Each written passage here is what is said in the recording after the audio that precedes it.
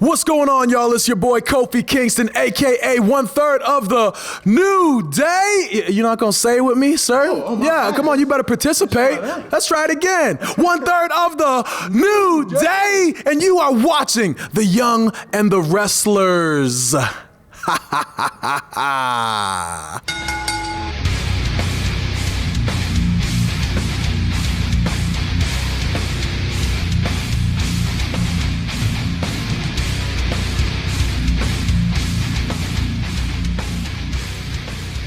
Welcome to The Young and the Wrestlers, the Pop Culture's WWE podcast. I'm one of your hosts, Ryan Betson, alongside...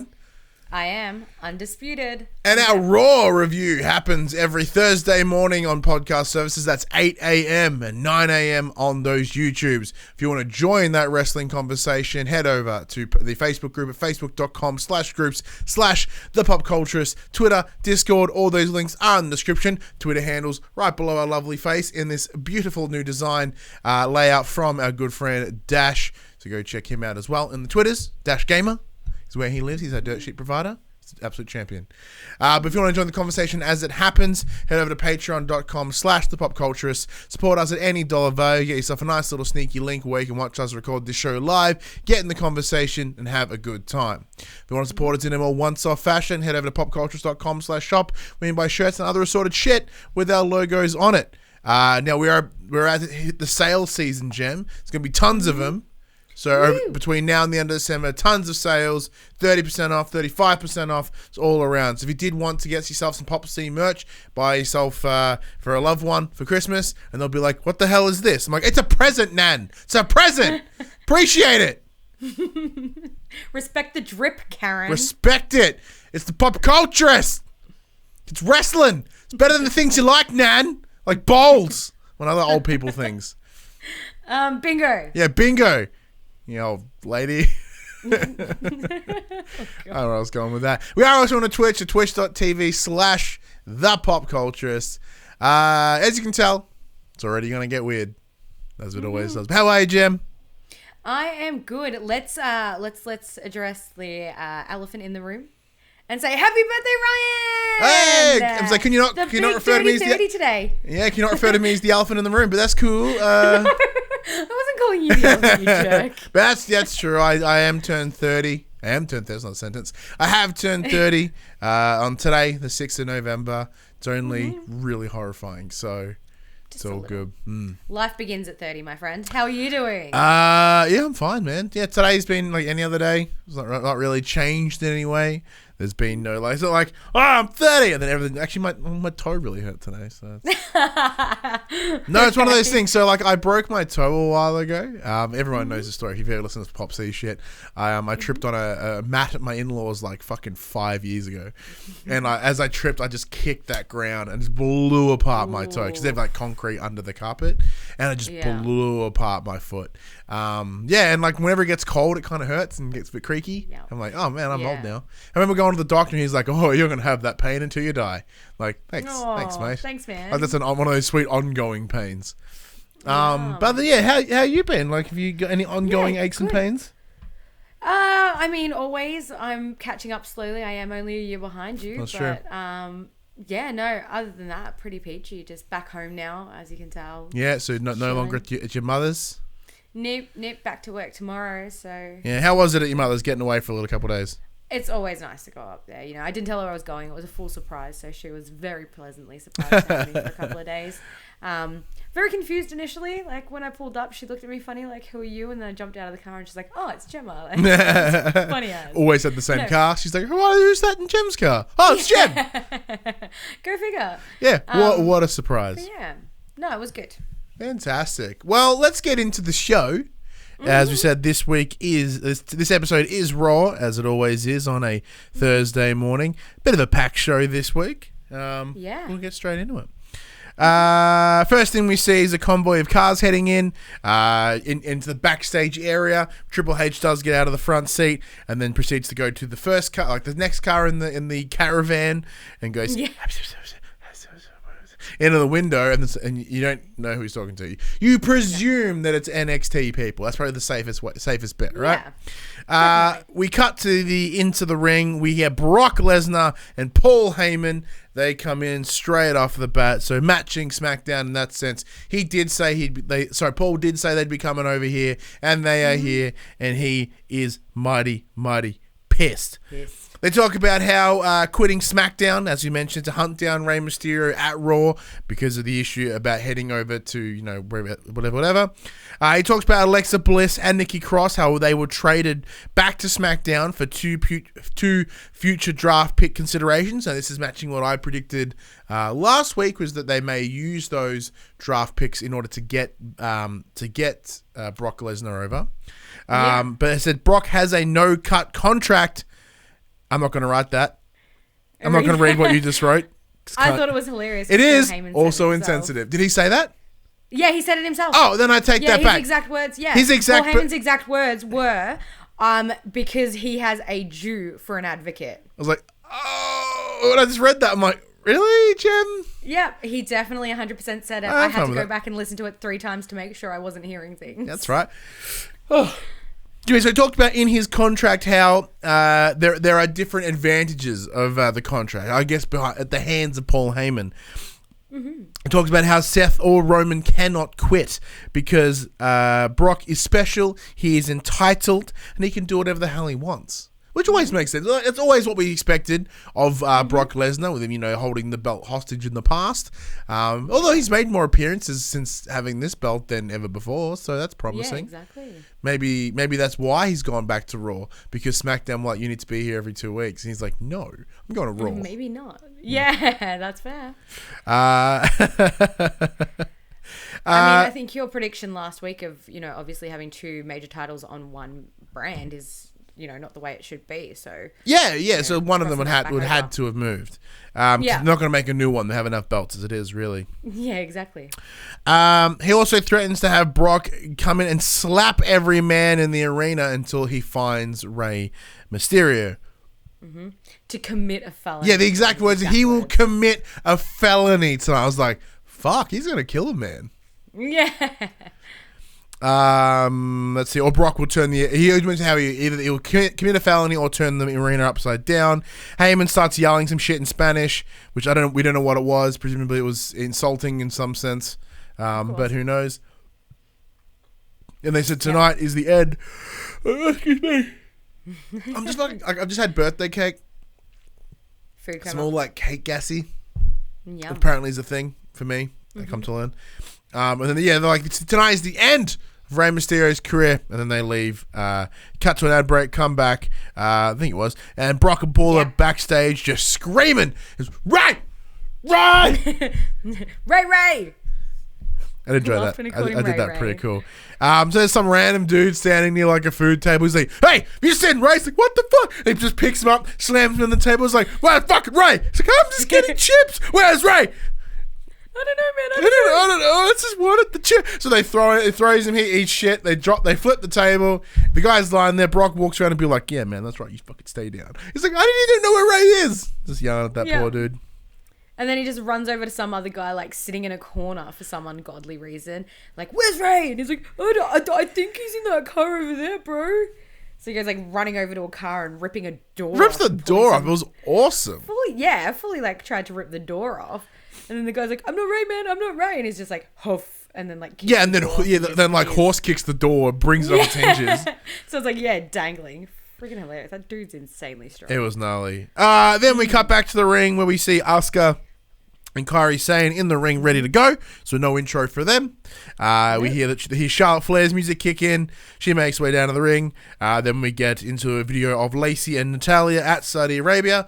Talking about sort of essentially the highlight reel that we saw out on SmackDown about all the cool things that happened in that match.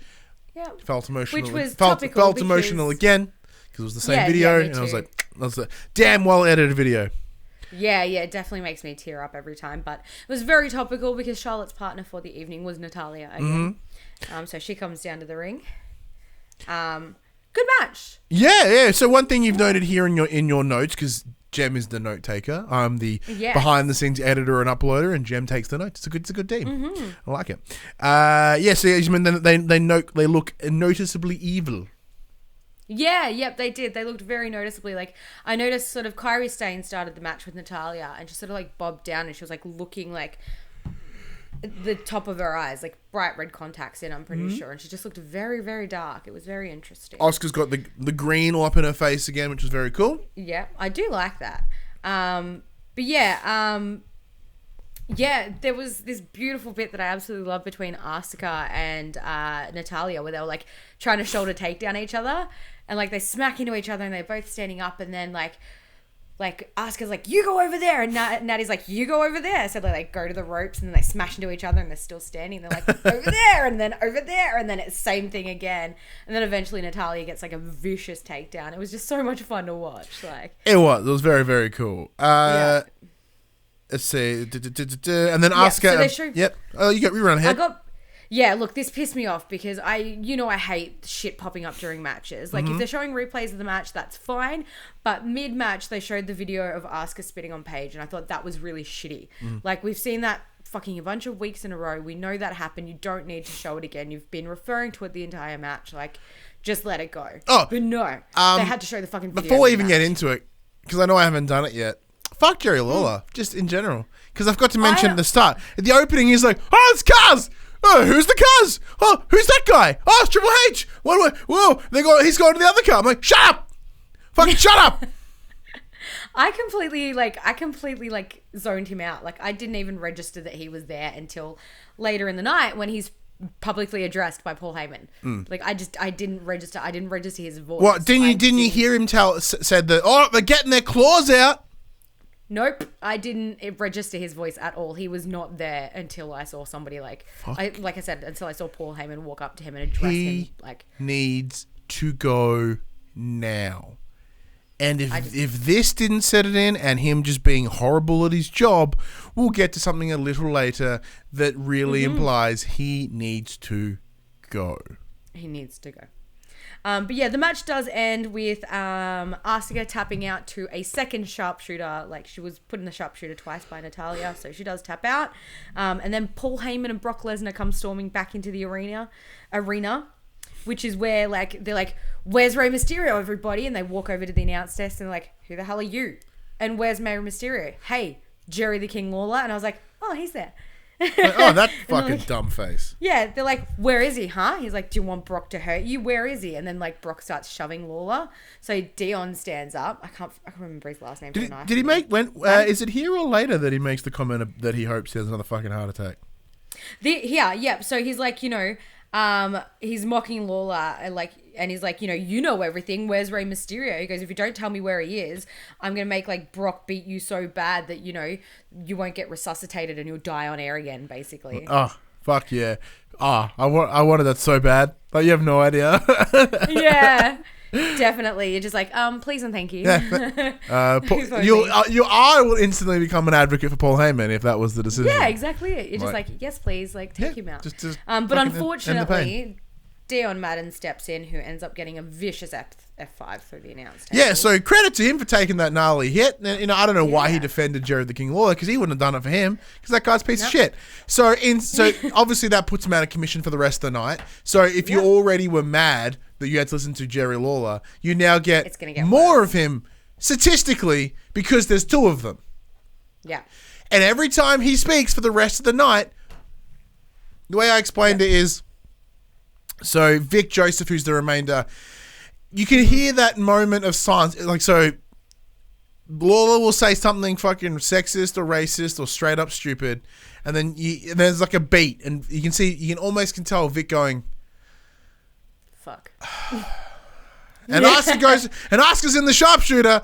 Yeah, it's just, fuck this old prick. Fuck him so hard. Yeah. Yep, that's definitely it. But as all this happens, next minute, out of nowhere, Rey Mysterio comes flying in with a baseball bat. Just it's actually a pipe. It was a piece of was it a pipe? Pipe scaffolding that had been taped up. It looked like a bat to me. Because he drops it later, it's like poing. It's like a bit open. So he's still holding it. I thought he walked out without it. No, he had another pipe later. Yeah, I'm pretty sure it was just pipe. Interesting. Okay, there you go. But yeah, beats the absolute shit out of Brock Lesnar with it, and then ends up picking up Brock's title and like smashing him in the face with it, which was beautiful. Yeah. One thing I note that the commentary is like, "Oh my god, have you ever seen Brock like this?" I'm like, yeah, like 3 weeks ago when Cain Velasquez kicked the shit out of him. Yeah, exactly. Oh, ridiculous. But yeah, Brock's like fully floored. Everybody's chanting 619.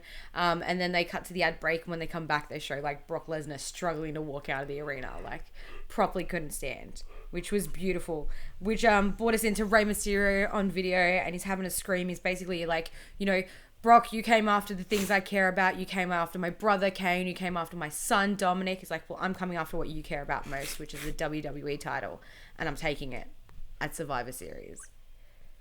And I was like, cool. All right. So Rey Mysterio gets squashed in 5 seconds. Awesome.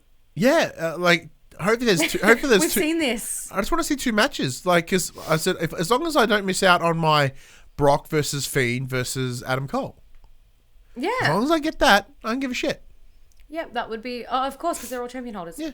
I just want to see the Fiend decimate Brock Lesnar. That's all I want. Yeah, which would be awesome. Because I don't think they're getting that. He's gonna look so amazing when he just like mandible claws the living crap out of him. Can't get up. Yeah, If you want to make someone look super, super strong, there's how you do it.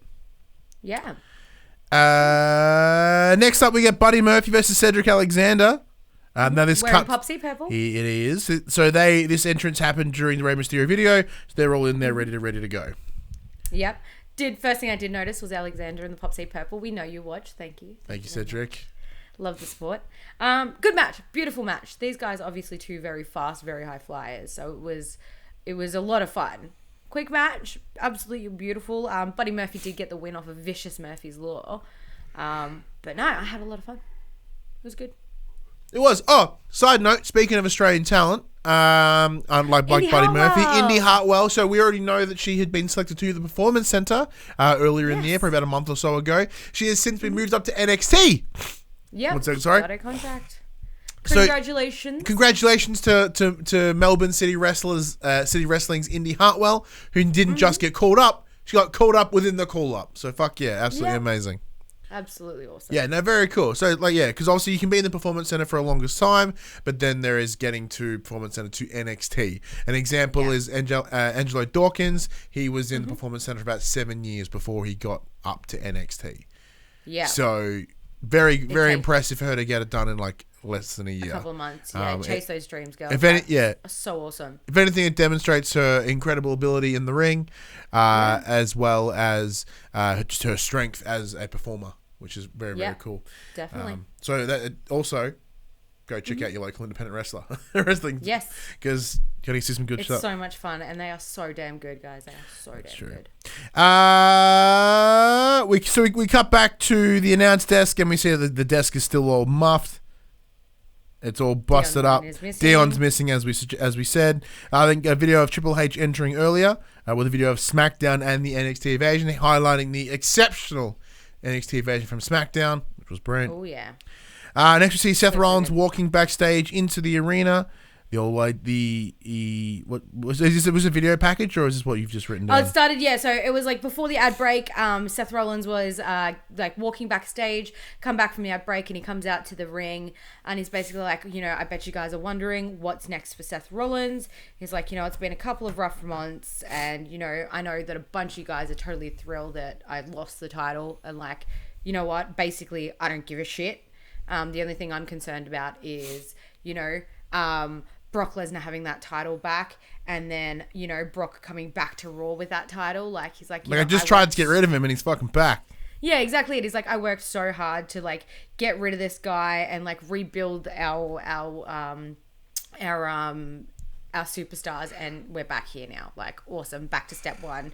And he's just like, we all know that my thing is redesign, rebuild, reclaim. And he's like, but I don't think I have the energy for that this time. Mm-hmm. I don't think I can do it. And as he's saying that, Triple H comes out. Bow down to the... Now we know they're buddies, so this was a bit like, ooh. I was like, oh, is he going to recruit him for NXT? Oh my God, I pop so hard. And the idea of him going back to NXT, I was like, oh my God. And especially when Triple H walked out, like his screen was the big NXT logo. Mm-hmm. So I was like, oh shit, like this is going to be amazing. So Triple H comes out and he's just like, shakes Seth's hands and he goes, it's funny, Seth, like we always end up back in this position. He's like, whenever you don't know what you need to do, we end up here and we suddenly cross paths again. He's like, a wise man once said recently that if you want to know what your future, if you want to know what your future holds, you have to retrace the steps from your past. That was Finn Balor's, Finn Balor, apparently. Finn Balor from his promo 2 weeks ago? No, I wrote Finn Balor, thank you very much. No, I pronounced Finn Balor because I'm a moron. It's all right. Okay. I thought you... I know my notes, thank you. I take pride in them. Yeah, I just can't read. But yeah, I thought so. I was like, did Finn Balor say that? He I'm did. pretty sure Finn Yes, Balor he said that. So yeah, H is just like, maybe it's time for you to retrace your steps, Seth. He's like, the first time we ever crossed paths, you weren't sure what was going to happen, and then next minute you held the NXT title for the first time. First ever to hold that title. And there's like the second time that we crossed paths and you didn't know what to do, the Shield was born. Mm-hmm. And then the third time we crossed paths and you didn't know what to do, you ended up the WWE champion. And Seth's like, yeah, that's all cool and all, but like, does that benefit me or does it benefit you? And Triple H is like, what does it matter? Because every time you've come out champ. Yeah. And he's like, well, every time you've come out looking awesome. Exactly. It's like, well, yeah. And he's like, it's interesting because, you don't know what's going to happen next. But me, Triple H, I do. And, because Triple H knows everything, right? Tons of NXT chants throughout, by the way. Yeah, exactly. Heaps of NXT chanting. Triple H was lapping that up. But yeah, he does go on to say, Seth goes like, yeah, well, you fired the first shot, but you fired when they were down. And Triple H is like, well, it's smart, right? Like, kick them when they're down, show them who's dominant type thing. Talking about the idea of the invasion last week, of Triple H taking advantage of half the roster being vacant. He was like coming in, stepping up, which is true. It's exactly what happened. However, why not? Like, fuck it, right? Yeah. Triple H does mention, he's like, everybody wants to know what NXT is going to do next, but he's like, I don't care. I want to know what Seth is going to do next. And then, he's like, and then all of a sudden, like, the Undisputed Era come out. Yeah. So like Adam Cole. Adam Cole. Adam Cole, O'Reilly, Roderick Strong, Bobby Fish, Kyle O'Reilly. There we go. Yeah, that's the Kyle O'Reilly. Yep. They enter, and Triple H is basically, he plugs it to Seth. You're either with us or you're against us. And then because the Undisputed are like standing ringside, the OC just come barreling out and start chasing out of them. So they hightail it, and then all of a sudden, all these other people from NXT just start attacking the OC, and then they come back over, and then all these other people are attacking, and Triple H disappears, and Seth is just standing in the ring. Nobody's touching Seth, mind you. Yeah. He's just standing in the ring watching all of this happen. Yeah, a couple of people that I saw there. I saw Damian Priest. I saw Djokovic. Who else was there? I think one thing I don't know whether it happened now or happened later. There was it ended in a brawl at the end of the night, didn't it? Yeah, it did. Okay, yeah, that's fine. So that'll probably be later. Getting my brawls mixed up. Yeah. But yeah, then a bunch of the Raw roster obviously come out, and they it sort of like ends in a stalemate, and they'll disappear, and Seth just goes barreling out of the arena. Which we get backstage, and he catches up to Triple H, who's on the phone, and he's just like, look, this isn't SmackDown, and we're not running on a small roster, so you kind of we're on an even playing field here. He goes, but if I'm coming to NXT, I'm coming as the top guy. He's like, I know, right? He's like, Daniel Bryan couldn't get the job done last week, but I can because I'm Seth freaking Rollins. So tonight, me, Adam Cole, NXT title. Watch me do it. And Triple H just smiles, real cheeky smirk, and he's just like, all right. Done. Challenge accepted. Welcome back. And I was like, oh, welcome back. Amazing. I was really hyped to see where this is going. Especially because you noticed Seth come out in all black. Mm-hmm. Didn't have his little signature thingy with the red on it and stuff. So very interesting. It's very, very cool. I think that like the temptation of that idea alone is magical. Just because I'm like, oh man, because it's like one of those situations like if Seth is the top guy of Raw as he kind of is at this moment, but you know we've been talking about last week, like people have lost their luster on him. People are caring less and less about him. So it's a situation of like, well, what is next for him? What can they do? And by having him head back to NXT, he may be able to start anew. And it's going to bring eyes to NXT for those that aren't already watching. Yeah, definitely. It'd be amazing. Just like Finn Balor, I guarantee with Finn Balor going back to NXT, a lot of people would have come across with him. Yeah, big time. Especially now he's being the return of Prince Devitt and stuff like that. No, it's of course. Exactly. Next up was a mixed tag team match. It was Andrade and Zelena Vega. They make their way to the ring, talking about how they are the greatest mixed tag team combination in all of sports entertainment. They discussed that they are facing Sin Cara and Catalina. Vega calls her butt ugly for hiding behind the luchador mask. Yeah, I was like, shots fired, Zelena Vega. Ooh, like go back to high school with So yourself. Vega looks stunning in that little crown combo. Yeah, she looked so good. Absolutely so good. great. I was excited because we don't see Zelena Vega wrestle properly much. No, not really. So I was really excited to see Well, we this do, match. but never in like a sanctioned mixed match. So yeah, well, exactly it. Just always doing a little flippy doodah thing, like never a proper match. Yeah, absolutely amazing. Yeah, I really enjoyed this really match. I thought it was good. Yeah, especially because the focus wasn't on Andrade and Sin Cara. The focus was on Vega and Catalina, which was awesome. It was absolutely beautiful. Zelena Vega, as always, just interrupting and getting in the way, which, Sin Cara and Catalina did counter it really well. They did really well with it. But ultimately, Zelena picked up the damn good win with, like, a basement Rana. So, like, I'm pretty sure Catalina was, like, on her knees or something like that. And she did, like, vicious. But, yeah, Zelena Vega did pick up the win. I think she may have injured herself, though, because Catalina did this, like, body drop and, like, took out her knee real bad. She was, like, hugging it the rest of the match. All right, I'm going to let you start this next time. I'm going to blow my nose again. I'll be right back. No worries. So next we have a video from last week's King's Court. Obviously the whole Rusev and Lana divorce court thing, which does cut to a camera shoot of like Rusev walking backstage. And they mentioned that he's going to be issuing an open challenge to Bobby Lashley.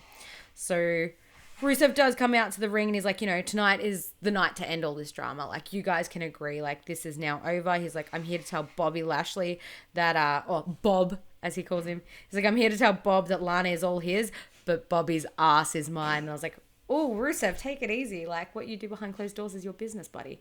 But he, he's like, Lashley does end up coming out. He comes out with Lana, hobbling on crutches. And he's like, oh, look, I'm not medically cleared tonight because I tore my groin. And he's like, I didn't tear it like working out real hard at the gym, and I didn't tear it at Crown Jewel. I did it doing unspeakable things with Lana. Yeah, what the fuck? I could tell instantly, like, he was walking weird with the crutches. I'm like, man, like, what this bullshit injury you're claiming right now? He's like, I hurt my dick doing, like, things to women. Like, yeah, exactly. But don't forget last week. The reason Lana's doing this is because Rusev wanted all the sex all the time. Yeah, he wanted too much sex. Just wanted to impregnate her. He was a sex addict, so she's going. She left for someone. Him to go have a bunch of sex with another guy. Yeah, who just wants to have sex with her. Logic. Sounds like a Jerry Lawler storyline. What's about he wrote this? Yep. That's why he's so heavily involved in it. Because he's like, I want to fuck other people. Yeah.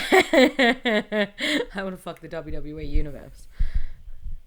But anyway, Lana does grab the microphone and she's like, there's somebody special here who's like volunteered to take you on behalf of Bobby Lashley, and this is him. Oh, sorry. Can I mention? I know you kind of touched on it when I was blowing my schnoz, but it was the start when Rusev's like calling them out, and he's like, "I don't want Lana anymore. I want Bobby Lashley's ass." I did mention that. I was like, Bobby's ass. I was like, okay, mate, what you do behind closed doors is yeah, man. It's like, look, I don't need Lana anymore. I just need Bobby Lashley.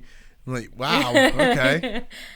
whatever. Yeah, whatever floats your boat, man. Rusev. You know, Rusev Yeah, crush. good for You know, got to fucking tell. But yeah, Drew McIntyre does come out, which creates a match of McIntyre versus Rusev with Bobby Lashley and Lana up on stage watching along.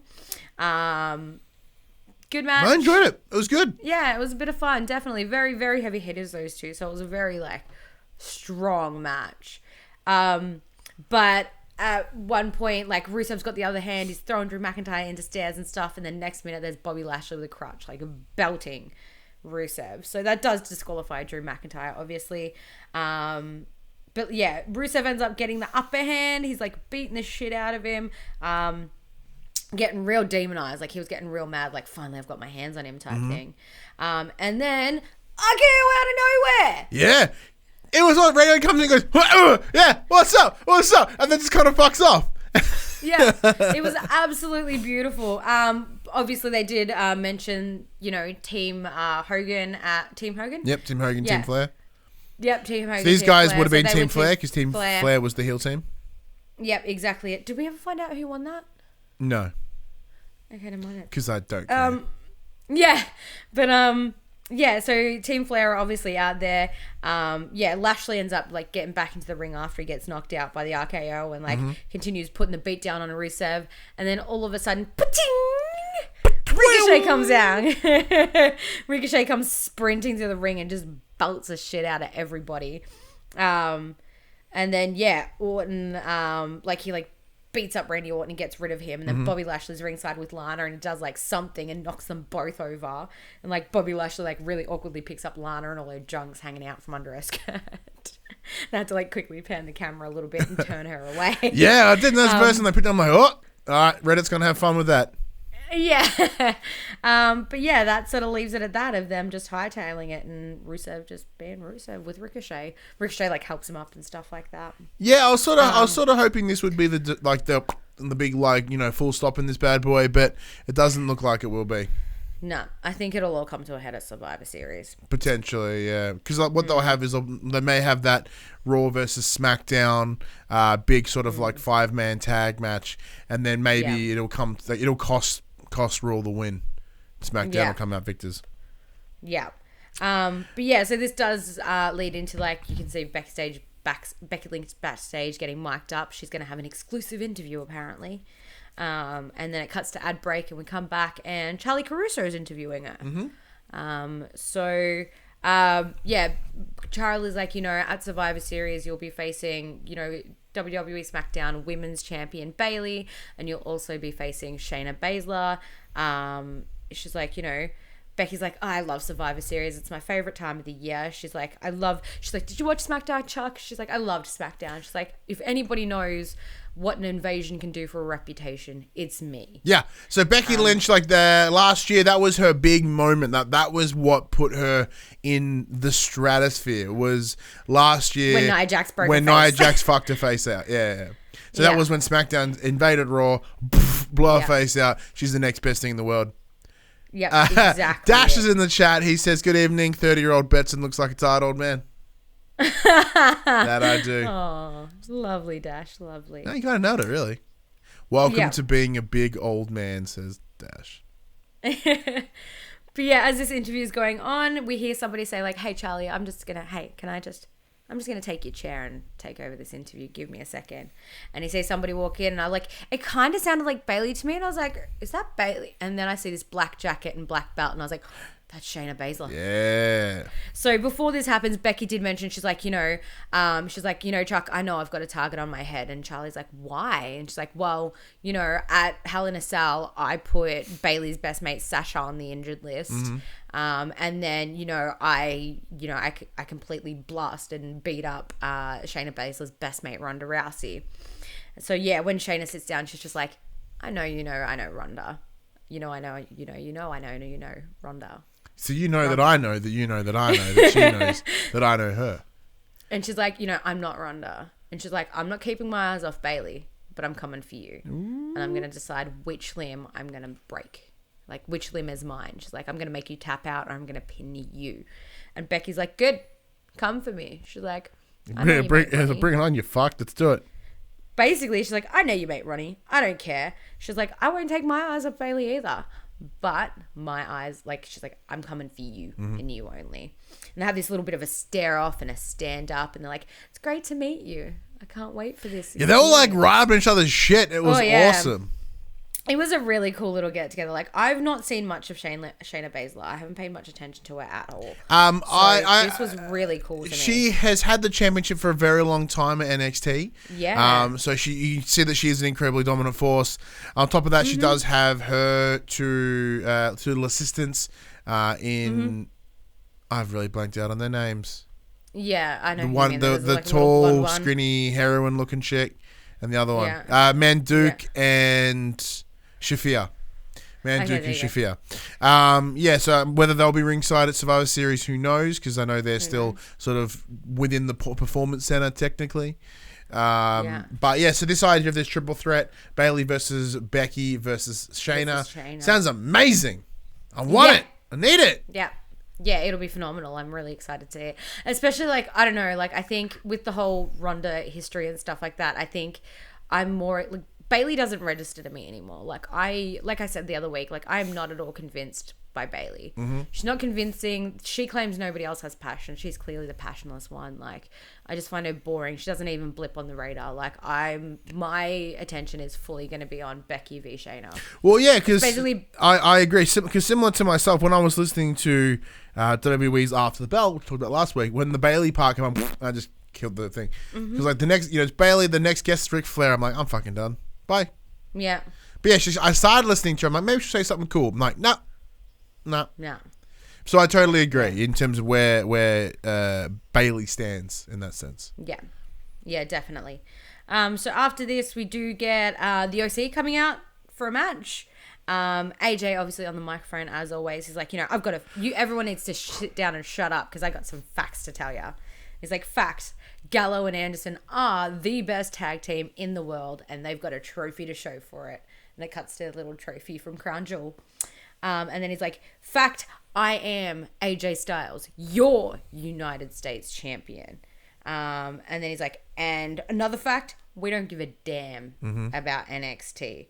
And he's like, yeah, if we see one of those punks, we're going to make sure they don't step foot out of Long Island. Long Island, Orlando. Is Orlando where they're doing Survivor Series? Yes, yeah. So he's like, Orlando. Yeah. So he goes, I'm going to make sure they don't step foot out of Orlando. It was very cool. They kept referring to it as Strong Island, and I was like, yeah. So that was the Street Profits. So they do come out and they're like, how you doing, Strong Island? And I was like, I love that. That made me happy. It was funny. And they do come out with Humberto Carrillo as well. So that's going to be a 6-man tag match. They're like, you're the best tag team in the world. That's all well and good. But remember when you took the Big L 2 weeks ago? And Dawkins did say that. He's like, remember when you took the Big L 2 weeks ago? And Montez is like, you can't say that. He's like, you're telling me that I can't say that we beat the OC 2 weeks ago. And he's like, no, you can't. He's like, so you're telling me that I'm not allowed to say that we beat these guys 2 weeks ago? And he's like, no. And this goes on for a little bit. And he's like, you can't say it, but he can. And they pointed at Humberto. So he says it, and AJ's like, shut up. And Humberto says it again. He's like, shut your mouth or I'll shut it for you. And Montez is like, wait, no. Say it in Spanish. So he says it in Spanish. And then AJ's like, the hell did he just say? And I was like, what he's been saying like 3 times prior, you dickhead. Anyway. So yeah, they do end up having this beautiful little match. They're like, AJ, don't be hating on Humberto. We know you're hating my Humberto. Like, it's because all the mothers love swiping right on those dimples. And I was like, oh, God, this is horrible. You see Humberto's face is like, oh, God. At least it didn't sound like nipples this time, and that's what counts. Yeah. That very uncomfortable smile, like, I know, right? But yeah, they do end up running into the ring for their match. Beautiful match as always. I do love watching Humberto Carrillo, like absolutely phenomenal. The Street Profits so good as well. So one thing I do want to mention, because I haven't done hating on him already, Joe the King Lawler here. Okay, go on. Just being a racist piece of shit. He almost was like refusing to refer to Humberto Carrillo as his name, instead calling him Umbrella numerous times. Really? Yep. I did not hear that. Like I said, I completely blocked his voice out. Yeah, and then I didn't acknowledge on the he was ring there. when he's on the ring ready to do a hot tag, he's kind of energetic. Lawler calls him a jumping bean. Oh my fucking God. Not something you should call a man of Mexican descent, you old fuck. Oh shit, he did not say that. He said exactly that. Oh, somebody's gonna lose their job. No, they won't. Because I guarantee Vince is like, racism. Like, Yeah, that's so true. like he's like, Lawler fucking sucks. He said some sexist, he said some racist shit all in the one episode. Anybody else, that would be a fireable offense. Yeah. But Yeah, look what happened to Lars Sullivan. Exactly, but I guarantee you nothing will happen because for some reason he is untouchable. And this is a situation, I was talking about this on Twitter and someone's like, look, they're probably having lockdowns because, you know, they got JR over at AEW. I'm like, yeah, but JR is fucking good at his job. He doesn't say horrible shit. He is getting better. Yeah, he was a little bit rusty, but he's doing so much better. Yeah, he is getting better, and he's surrounded by good commentary. As is Lawler. Lawler is surrounded by two guys that are rusty because they're new, but they're good. Mm-hmm. And Lawler is, in fact, bringing the team down. Mm-hmm. Yep, couldn't agree more. Could not agree more. But so what are they going to do? If they sack him, he's what? Someone else is going to hire his racist ass? Fuck him. Yeah. Like, who would hire him? Who would want him? Yeah, exactly. Like, I'm sure it's vocal minority, but like, I was following Twitter. Like, I was actually just straight up searched Jerry Lawler on Twitter to see what was going on. Mm-hmm. And, oh my God, I thought I was the only one that hated on him as hard as I did. I thought it was just me having a problem. But no. Like, across the board. Across the board. There is a lot. I'm sick of repeating myself, but I will do it until he goes. That's what needs to happen. Don't get me started about repeating myself. We will get there shortly. Mm-hmm. Fuck him. Anyway, Fire him. Anyway, the OC, as they do, always playing dirty. They pick up the win with AJ getting a pretty nasty powerbomb on Humberto Carrillo and then rolling him up for this really pretzel-y taco pin. Racist. You know, folds him fully in half. Oh, okay. That's much better. Fold it in fully in half like a taco. It's referred to as a lawn chair. Oh, yeah, of course. Yeah. When you watch, videos where people hurt themselves, if they squash their face into their feet, it's called a lawn chair. If when they go the other way and their heels touch the back of their head, that's called a scorpion.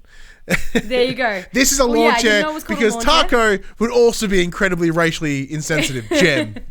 Well, he's a lawn chair then. Thank you. So, yeah, he folded like a lawn chair, and then AJ Styles did put his feet on the ropes to get the dirty win. As always. Damn OC. You, OC. Mm-hmm. It was all right. I'm a little bit bummed that Street Profits are already sort of in this weird side stuff. I think I really thought why aren't they using this angle about, the Street Profits are the one that took the belts off the Raiders? Like, why? If NXT is becoming as important as they want it to be, why not use those past stories? Why not have that be fuel to the fire?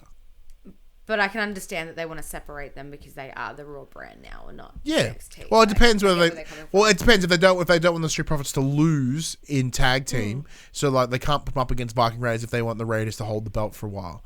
Because that'll give them an L pretty early on. Where here they can take the L, but the L was at the hands of Carrillo rather than than them. So I get that.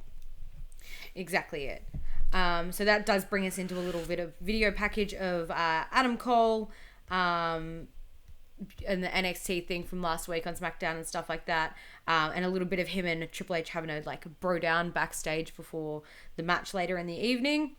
And then another bit of video from the Brock crap earlier in the night, which leads into the announcement that it is official. Rey Mysterio will be versing Brock Lesnar at Survivor Series for the WWE Championship.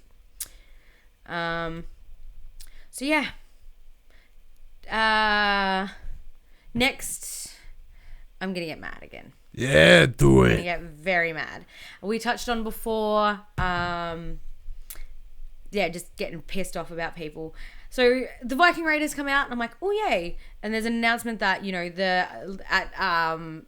at Survivor Series, it will be Raw champions, the Viking Raiders, versus NXT champions, the Undisputed Era, versus SmackDown champions, the Revival. Oh, That's gonna be cool. oh, I'm really that's gonna be excited to see that. It's gonna be so good. Especially with the Viking Warriors being former NXT champions, like that'll be. Did Undisputed take it from them? Street Profits did, and then Street Profits took it. Okay. So Undisputed took it from Street Profits. Yeah. But Revival. There's that history there. They were NXT champs too. So. Yeah, there you go. So there's a lot of history there, which will be awesome. And I was a bit excited about this match until I saw two dudes in polo shirts, and I discovered they were facing jobbers once again. I didn't watch the match. I skipped the match, and then I saw that the Viking Raiders had microphones in their hands, so I skipped back to listen to what they said. I'm fucking sick of this. You have got to be joking me. We literally just saw the Undisputed Era like out there bashing up, whoever, like the OC and stuff like that. Why didn't they come out? Why didn't you have them there? Why couldn't you, Adam Cole was facing Seth Rollins. Why couldn't NXT versus Raw tonight? There was so much room for opportunity there, and they fucking squandered it. And I'm over repeating myself about this. I'm so over it. Especially when you see the Viking Raiders after the match, they get the microphones and we're bold enough to admit defeat. We can admit that we lost at Crown Jewel. And they're like, congratulations to you, the OC, the best tag team in the world.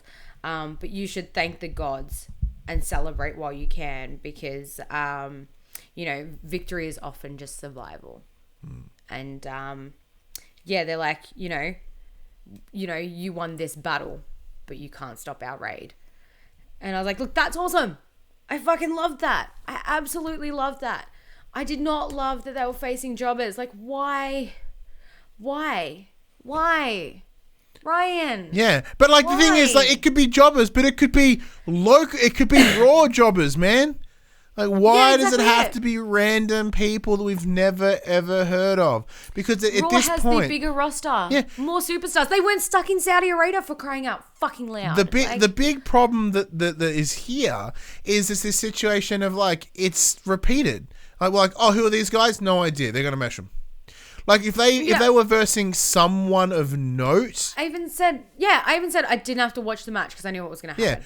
Yeah. Even if it's the B team as an example, because I keep using the Ascension, but I think they're dead, so I don't know where they are. Yeah. What about AOP? Wouldn't it be awesome? Oh, AOP are going to come, and AOP are going to kick the shit out of them, but I don't think they're quite ready yet. Yeah, but there's so many options. I think AOP might rock up at Survivor Series. So at the end of that match, they're going to come in and then fucking decimate them. Decimate all of them. Mm-hmm. Yeah, I can see that happening. But still, that is an option that is on the table. There's so many fucking options for them that are not jobbers. But they're still bringing in fucking jobbers. So, nobody cares. Yeah, so removing kayfabe to a second. What it is, it's they want to ensure that they stay on TV. But because, people will notice, where are they? Mm-hmm. They're champions. Where are they? Yeah, exactly. So they're why aren't they getting matches? Because that happened quite numerous times, actually. Every time, it's almost if there's no US, if the US champ isn't there, they're what the fuck's going on? Where's this? That happened, I think earlier in the year. Whoever had it was missing for a while. And it's just what's going on with that? Yeah. And the fickle nature of many of the wrestling fan base, they're it's not here this week. That title is buried. Yeah. In the words of Hurricane Helms, what's up with that? But yeah, no, it's making sure they stay on TV, but they don't want to start any new feuds, which made sense. Ahead of Crown Jewel, that made total sense. But then, my only possible thought here is that come Survivor Series, AOP come out, decimate everyone, and they're we want those Raw tag team belts. That is when, and that's what they're building towards. Yeah, which will be amazing. But there's so many opportunities. Raw has such a huge roster. Come on now. Even just throw two random people together. Yeah. Yep, exactly it. It's no way Jose and EC3. Fuck it, why not? Yeah, exactly it. Exactly it. You've got that there. Throw them together. That'll do. fuck, I'm over it. Yeah. It's tiring, and I'm just tired of repeating myself. Like, I'm over it. It's not doing them any favors. No, it is not. And that does bring us to our main event of the evening. It is Seth Rollins versus Adam Cole. Baby! I did. With Triple H watching on again. Of course. As he does. Good match. Bonkers match, man. This is, for many, this is pretty like a little bit of a dream match. And I think they kind of nailed it here. I thought it was really, really good. Yeah, absolutely. Like, credit to Adam Cole as well, having 2 killer matches in the same week, and then presumably he'll have NXT tomorrow. So, like, yeah, exactly. Yes, absolutely killer work. Because he'll have these two. He had these 2 matches. He had Daniel Bryan, he had Seth Rollins, and I'm pretty sure like Finn Balor is going to kick the shit out of him again this week, or at least try to. Like, you know what I mean? Because Finn Balor is currently aiming for Gargano, but I kind of think he might just be like punching everybody. So yeah. Beautiful. I love it. It was absolutely brilliant. I really, really enjoyed this match. Yeah, absolutely beautiful. Phenomenal until the whole match gets interrupted by the Undisputed Era and a bunch of superstars from NXT running down and putting the fight on. Yes, as there was the predicted outcome for SmackDown, which didn't happen. As it looks like it was, going either way at the end. In come the Undisputed Era, right? As it like strong. Yeah, Seth was right about O'Reilly, to get a stomp. Fish. Everyone comes in, just kicks the shit out of Seth Rollins. Like, just wrecks him. And you can see this massive smirk on Triple H's face, like he'd planned this whole thing. Of course he did. Cerebral assassin, motherfucker. Like, he knows what's up. Yeah. Exactly it. But then obviously Raw roster guys run in, and then more NXT guys come in. So like we do see like people like the likes of Tommaso Ciampa again and things like that. One thing I did love, massive slugfest. Oh, and Keith Lee was there as well. Yeah, during all this scuffle, everyone's in the ring. One by one, everyone gets thrown out of the ring. Except for Keith Lee. Yes. Keith Lee's just standing there. He's like, I don't know who to fight. No one's near me. Who am I going to punch? He just always stands in the ring just watching on over the top. Yep. I don't know why. He makes me think of a koala for some reason. I don't know why. But like, yeah, just so confused. He's just standing there. But it works perfectly though. Because Ricochet ends up like flying out of the ring and jumping on the horde that are all like surrounded near the like ramp there. And then everybody sort of slowly gets back up. And then Keith Lee's like, okay, me too. And he does the same thing. He just like decimates everybody. It was perfect. He's like, oh, and there's my cue. And he just knocks everybody down. And he's just playing it smart. He was waiting for his opportunity. And the opportunity came and he wrecked him. And I'm pretty sure he killed everybody because that was the end of the show. It's like, all right, we have to wheel everybody out now. Yeah, exactly. Thank you very much for your time. It was amazing. It was really cool. And the fact that like seeing NXT playing these mind games and showing up on shows, like, nobody expected them to come to Raw. Like they were, taking the advantage of that situation on SmackDown. But the fact that they showed up again and they proved that they are still strong with a full strong roster was freaking awesome. Mm-hmm. Very much so. Absolutely awesome. And I'm getting real hyped for Survivor Series. So even with this outcome, though, do you think this could happen? Do you think Seth Rollins will go to NXT? I definitely think so. Because we now know that, like, NXT, you're not taking a step back. You're shifting roster. Yeah. Because NXT is on the same level as Raw. And that's what Survivor Series teaches at this stage, yeah. Exactly it. So it definitely to me shows that there is a definite possibility that maybe Seth will retrace his steps and do like Finn Balor said, like, sometimes the path forward is to retrace his steps. So, yeah, I definitely could see it happening. Yeah, I'm in the same boat. I would certainly love to see it. I'm unsure how possible it's going to happen. So, because Seth has been involved in some internet yelling this week. Of course he has. So he's called out Dave Meltzer. Probably in the dirt sheet. If not, I'll touch upon it at the end of the show. But yeah, so I think it might be good for him to sort of like step away and go hang out over there for a little while. Maybe the being on top of reset the pressure's getting to him. Yeah, I think that may be the case. I think being top guy for the longest time is certainly not easy. So maybe it's sort of slowly catching up on him. Which is all right. It happens. Shit happens. Yeah, exactly. It happens to the best. Yes, that does bring us to the end of the show. Jem, using our not so patented rating system, what do you think it is? Look, it wasn't horrible. It wasn't great. Like, it didn't wow me like SmackDown did. But it was pretty solid on the whole. Even though we had that whole issue with the Viking Raiders, I reckon I'd still give it a solid Kurt. Yeah, I'm down the middle. It's a straight up Solid Kurt for me too. Although none of it real, like there was nothing super bad about it. There were some killer matches, but I didn't leave super stoked on it. I didn't leave unhappy, but I didn't leave super stoked either. Yeah, exactly. Yeah, you weren't as thrilled as you were on. Yeah, so like obviously the main event was killer. Sucked about the jobber. You're instantly going to get like a half point down. So like you instantly lose a bar at my voting system because of Lawler. Yeah. The second he's gone, definitely. you're gonna get an extra bar. That's what I'm saying.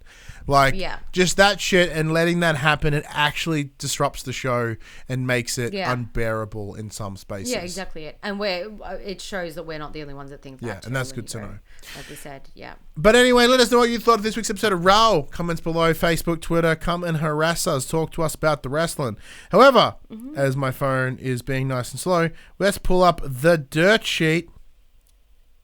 Where is it? Here it is. So our good friend and wrestling insider Dirt Sheet Dash does, as we say every week, reach out to his peoples, the man's in the know, sends out Instagram DMs and stuff, all the things, just to get us some sweet, awesome news. And he has 3 bits of news, but the middle one is a big boy. Ooh. Number 1. Randy Orton signs contract extension. Woo! Randy Orton has confirmed the previous report that he has signed a new contract with WWE. Quote, this was seen on his Twitter today. Quote, the 3 most dangerous letters in sports entertainment, hashtag RKO, just re-signed with the 3 most dominant letters in sports entertainment, hashtag WWE. Looking forward to pissing off the WWE universe for at least 5 more years. Beautiful. Happy to hear that. So one of the big things that there was some concerns that he may up WWE, head over to AEW, but anytime someone's contract comes up, that's always the rumor mill at this stage. Yeah. It's like, oh my God, they're going to AEW. Like, no, they're not. Like AEW have vocally said they no longer want to be like the picking ground of WWE. Like they don't want just all the leftovers. And Randy Orton is so ingrained in WWE, I don't see him ever stepping away. And this kind of confirms that point. Yeah. I assume you're happy with this? Very happy. Very happy. Nice. Now, the next one is the big Seth Rollins versus Dave Meltzer. I knew Dash would come in with the goods. Dave Meltzer of the Wrestling Zuber Radio reported earlier that WWE had a talent meeting in which, per his sources, the company, quote, blamed talent speculation for causing a problem. The talent was told the flight issues were all mechanical and nothing more. And Seth Rollins attempted to do a rah-rah speech while telling people to keep things like this off social media in the future. So prior to... hang on. It was either before or after Raw. I think it might have been before. Vince McMahon did pull all the superstars in the locker room to have a sort of a meeting discussing the situation, especially around Saudi Arabia and some other things as well. And one of the sources for Dave mentioned that Seth got up and tried to say some stuff. This incensed Rollins, who fired back on Twitter claiming that Meltzer is, quote, at best a purveyor of misinformation or at worst an outright vindictive liar, and I hope it's the former. He used the hashtag rah-rah, which inevitably has now been used as a stick for which to beat him. Dave Meltzer wrote the following regarding Seth Rollins and the backstage meeting prior to the WWE's More. It was prior. Good luck reading. God damn it. We would like to retract a comment from both Monday's Daily Update and Monday's post-Raw Wrestling Observer Radio regarding Seth Rollins and the meeting Vince McMahon held with talent yesterday before Raw. We had included comments and discussed on Wrestling Observer Radio that Rollins had spoken at the meeting, but he has since said on Twitter and released a statement to Fightful that he did not, and we apologize for this error. It is our policy in our newsletters and our podcast to correct mistakes as soon as possible and to always clarify if there are any misunderstandings. Rollins responded to this. No, Dave, my problem is that you're spreading complete lies. I gave no speech. I said nothing before, during, or after the meeting. So either you or your source is full of it. Either way, it's a bold-faced lie, and I kindly ask you to quit pushing it. Yeah. All this has done for me is like I'm already not a fan of Dave Meltzer. He can't talk. Yeah. He's like a mumbling fucking old crony, and I can't stand listening to him. one thing he does have, he has his allegiances to AEW, which I understand, but because he's allegedly friends with them. But every time I've listened to any clip, same as Alvarez, their absolute unprofessional destruction towards WWE makes me mad. It's not an issue. It's not critique. It's them just bashing on them. Like it's almost like Japan can do no wrong ever. AEW can do no wrong ever, and WWE just has to get the shit kicked out of them every week. I understand they total bias. Yeah, I wouldn't say that. Oh yeah, yes, I understand that they have their favorites, and that makes sense. They are part of that enthusiast press or whatever. So, although they do try to sell themselves as journalists, so I guess there needs to be some integrity here that they are failing to uphold on a general basis. And there's some cool things in that. There's always been rumors that there is a mole within WWE, and like whether they would be in fact leaking false rumors potentially on purpose just to spite some of the dirt sheet writers. Yeah. So this is a perfect example of that, if anything. Yeah. They're like, hey, we know as in they eventually work out who the source is for Dave, and then they feed that guy false information intentionally. Just to further prove who that mole is and like who's passing information on. Yeah, definitely. Because granted, many places have many sources. But Dave Meltzer being, as I said, one of the most proliferate, whatever the big fuck off dude in the whole dirt sheet area, or that wrestling journalism, whatever the hell. I kind of like that he's been showing up here, kind of. Yeah, definitely. What do you think? Look, I couldn't agree more. Like, I've never really cared much for Dave Meltzer as is. I feel like a lot of what he says is quite a bit of bullshit. So it really, like, just seeing him finally called out the way he was is huge. And it goes to show that, like, people like hang off this guy's words because he's been doing it for so long. So it's good to know that they can't do that. Like, they can't, that he does lie and he is a bit of a bullshit artist. Or he just repeats what he gets told. Yeah, exactly. Which is sometimes, it's just good, but it's almost like check your sources, mate. Like, yeah, exactly. Yeah. He does incredibly frustrate me as well. Because like I said, when I started this wrestling thing, watching it, whenever, like I was, oh well, Dave Meltzer always gets noted in all of these reports. I should check him out. I'm like, who the hell is this man? Why does anyone take him seriously? Because like being part of like Reddit and Squared Circle, like there's the subreddit about wrestling, the amount of people that just jerk everything he says, it's actually quite gross. Yeah. Saying that we jerk everything Dash says, because Dash is normally correct. Yes. And finally, the WWE talent Saudi pay decreasing? ? Fightful.com noted the following regarding WWE's talent pay for the Saudi Arabia shows. Quote, while the Saudi Arabia payouts to WWE talent started off very high, they're decreased for some since the initial show. Corey Graves recently commented on 2SL.com on why WWE stars have been making the trips. Quote, it is a long, grueling trip over there, but most of the talent like it because it's pretty good payday. And that's presumably, like, that makes sense. Like, if you're getting paid well, that's why they would go over there. But, mate, for sure. What's the incentive for anyone if they're not going to be paid well? Yeah. You know what I mean? Yeah. What's your thoughts on that? Do you think, like, I think they should be fairly compensated for that extra trip. Sorry? Well, as I say, what's your thoughts? I think they should be fairly compensated for that trip because it's a massive leg, especially if you're expected to then go to SmackDown the next day. Yeah, and not just that. Like, if you're promised a certain amount and then suddenly they're like, actually, we're going to pay you this. Like, that's super dog. Yeah. That's like a really shitty act. And the issue is because these guys aren't unionized, because they aren't, they are the contractors or whatever. They don't have they really don't have the luxury to say no. Normally they have to pay for their own flights and shit. They have to pay for their own rental cars, all sort of stuff. So like for them, the big payday is kind of an incentive just to keep going in the life they live. So it's it is confronting that they're hanging this over their head a little bit and kind of force them to make that decision about pay.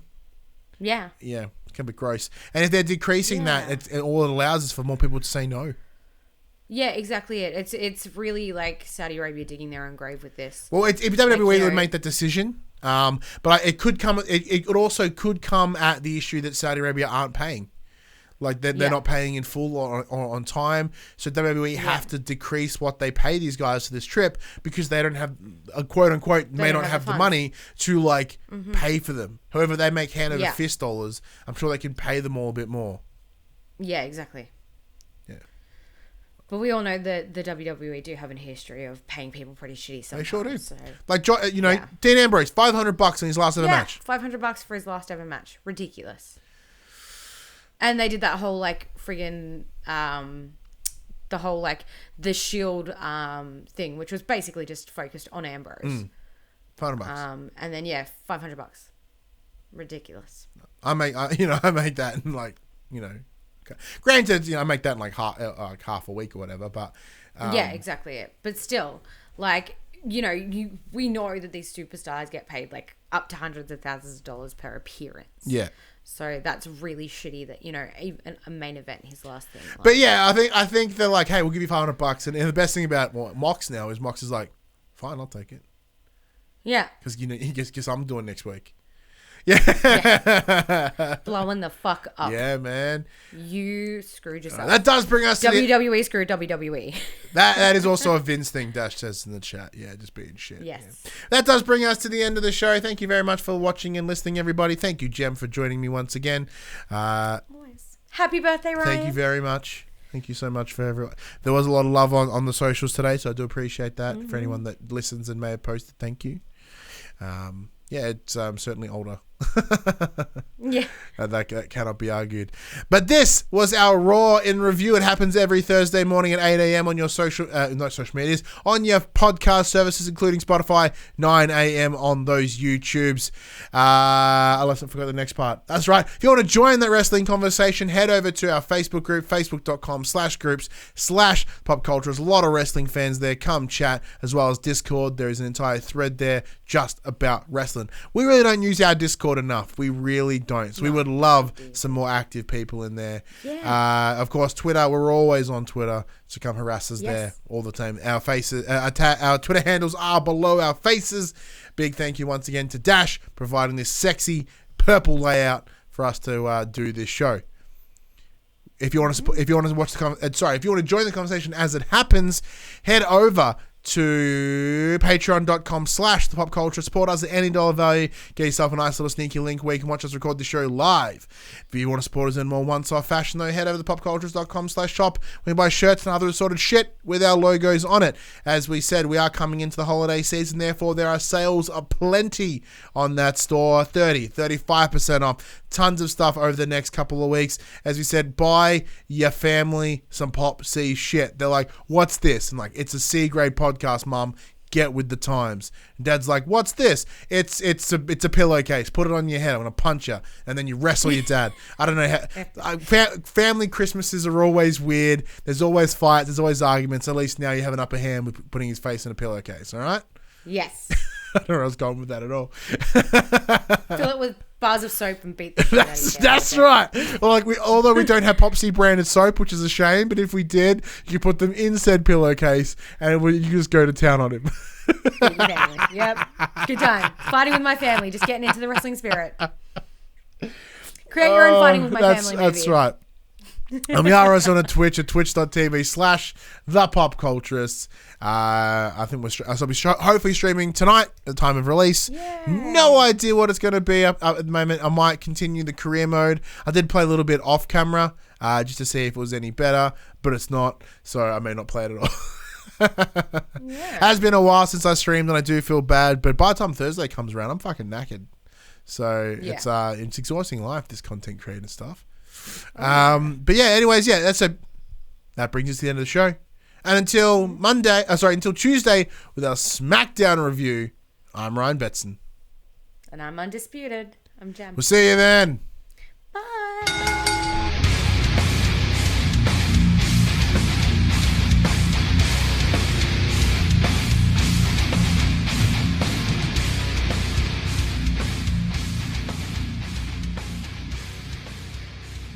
Young and the Wrestlers, the Pop Culturist WWE podcast, is fan support over at Patreon at patreon.com/thepopculturist. And we'd like to thank our Patreon producers and our Patreon founders for their kindness, their support, and their generosity. Our Patreon founders: Alpha Ferret, Craig O'Flaherty, David Chataway, Jesse Stevenson, and Jacob Garner. And our Patreon producers: AJ Abatomi, Damian Holdies, Kyle Dunn, Lee Wintershoven, Nathan Massetti, Paul James, Pure Mongrel, and Sean Levitt.